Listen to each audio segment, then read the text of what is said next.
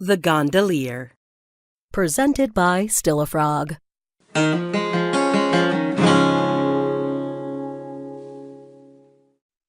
You know what's worse than getting dumped? Getting dumped in Venice. No, wait. Getting dumped in Venice on your birthday. The day before you were to go on that ultra-romantic, only-exists-in-movies gondola ride. You know the one. Starlight guiding your way as the striped-shirted guy in the funny-looking beret pulls the gondola soundlessly through the canals. You sip wine.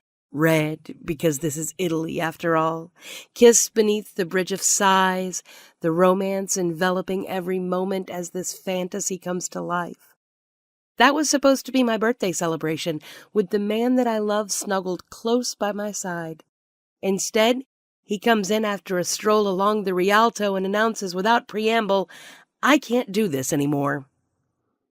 "You can't do what?" I asked, assuming he meant find what he deemed real coffee, aka American coffee. Something, simple like that. "Us. I can't do this anymore," he repeated. "It's not working. I'm not happy." He then began searching for his suitcase and gathering stray clothes strewn about the room. "What?" I half yelled. "Did you know this 5 days ago before we, flew to Italy?" I asked in disbelief. "I'm sorry, it's not that simple. I have to leave here," he explained, rather heartlessly, I might add. I was blindsided. First, a bit of backstory. We'd been together for 8 months. Not exactly let's get married territory, but we definitely crossed from the dating domain into the realm of a relationship that may or may not end in wedding vows. Our online courtship was sweet, your typical flirtatious banter, but when we did finally meet, I don't know, we just sort of easily melded.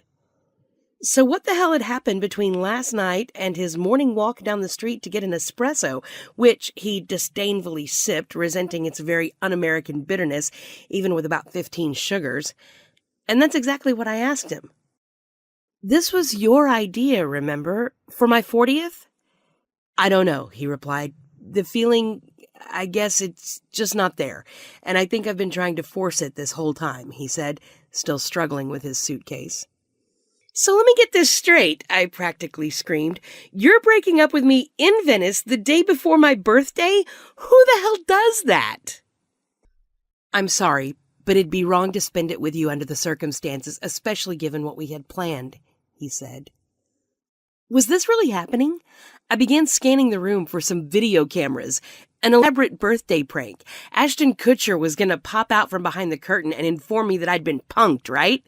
Nope. No Ashton. Upon realizing this, I picked up an empty bottle of wine and hurled it directly at the bastard. Missed. Damn it. And so here I am, about to go on a gondola ride for one. Now isn't that just the pinnacle of romance? He'd ordered a basket full of roses and a bottle of wine, which stares back at me now, mocking me, with its 2 long-stemmed glasses waiting to be filled. I flung one of them into the canal. Problem solved. The gondolier climbs in, after untethering the boat. "Ready, signora?" "Wait, where's the signor?" "Not coming," I bark. "Let's go." "See, of course, whatever you say." And we were off, gliding along historic waterways. My gondolier, probably in his early to mid-30s, longish brown hair, pretty decent body, is now staring at me like I am an orphaned puppy who's just been put out on the street. I certainly can't deal with this for the next 45 minutes, or however the hell long this lasts. "Aren't you supposed to sing something?" I somewhat impatiently question. "Oh, see, certainly," he smiles. I close my eyes and see flashes of the hellfire at the moment consuming my heart. I suddenly hear, "Welcome to the Hotel California." "That's not what I meant." I stop him. "Oh, see, he begins again. "You can't hide your lion eyes." Ugh, never mind. The ride was lovely. Not really, it was excruciating, especially upon passing the fellow gondola participants and nodding in my spinster of San Marco kind of way. Finally, after 50 minutes and a medley of every Eagles song ever recorded, the ride is over. Thank God. Why I put myself through that? Some sort of penchant for masochism, I suppose. Wait, Signora! Glenn Giuseppe Fry stops me as I'm about to deboat. How would you like to finish the night with me? Excuse me? Sorry, I mean, come on the next trips I have. You can be my apprentice. He happily beams.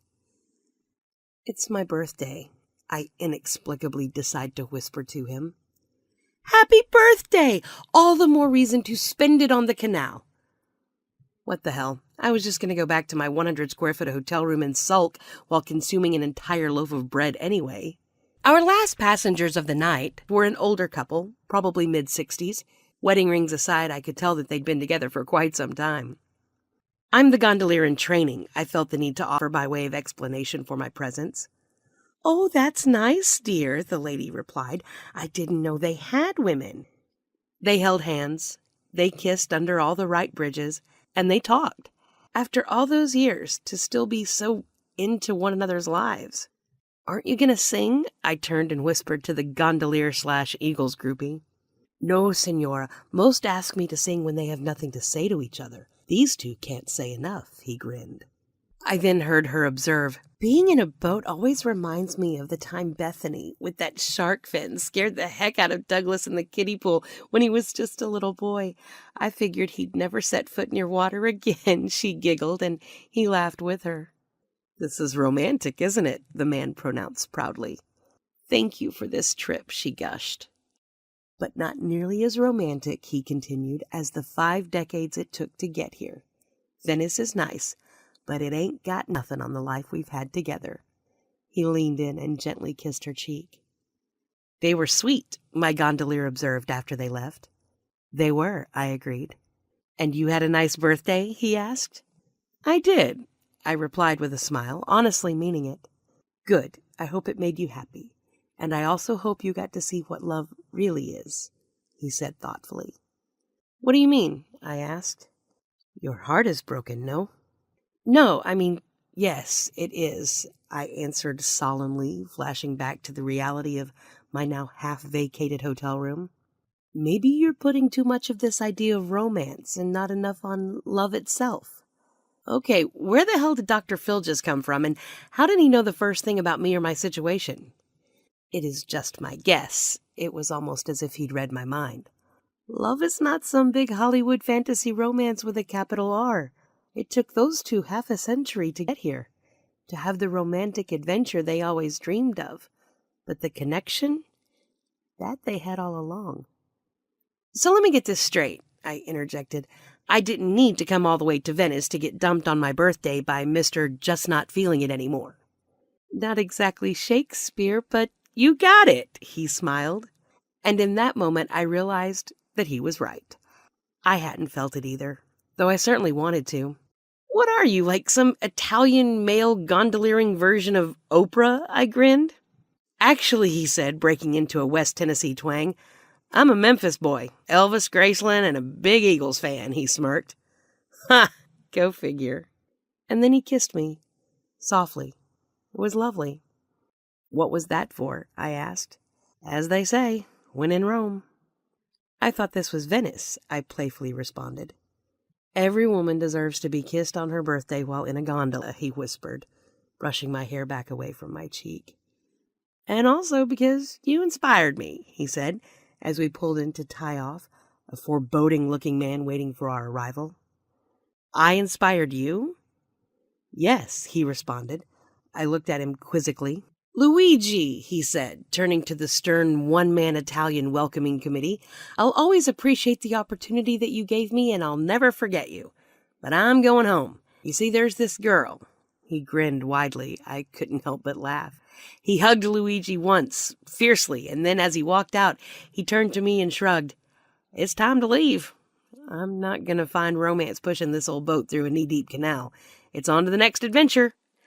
Thank you for tonight. Good luck, I smiled, more at the random funniness of life than anything else. You too, he said, and we walked off in opposite directions.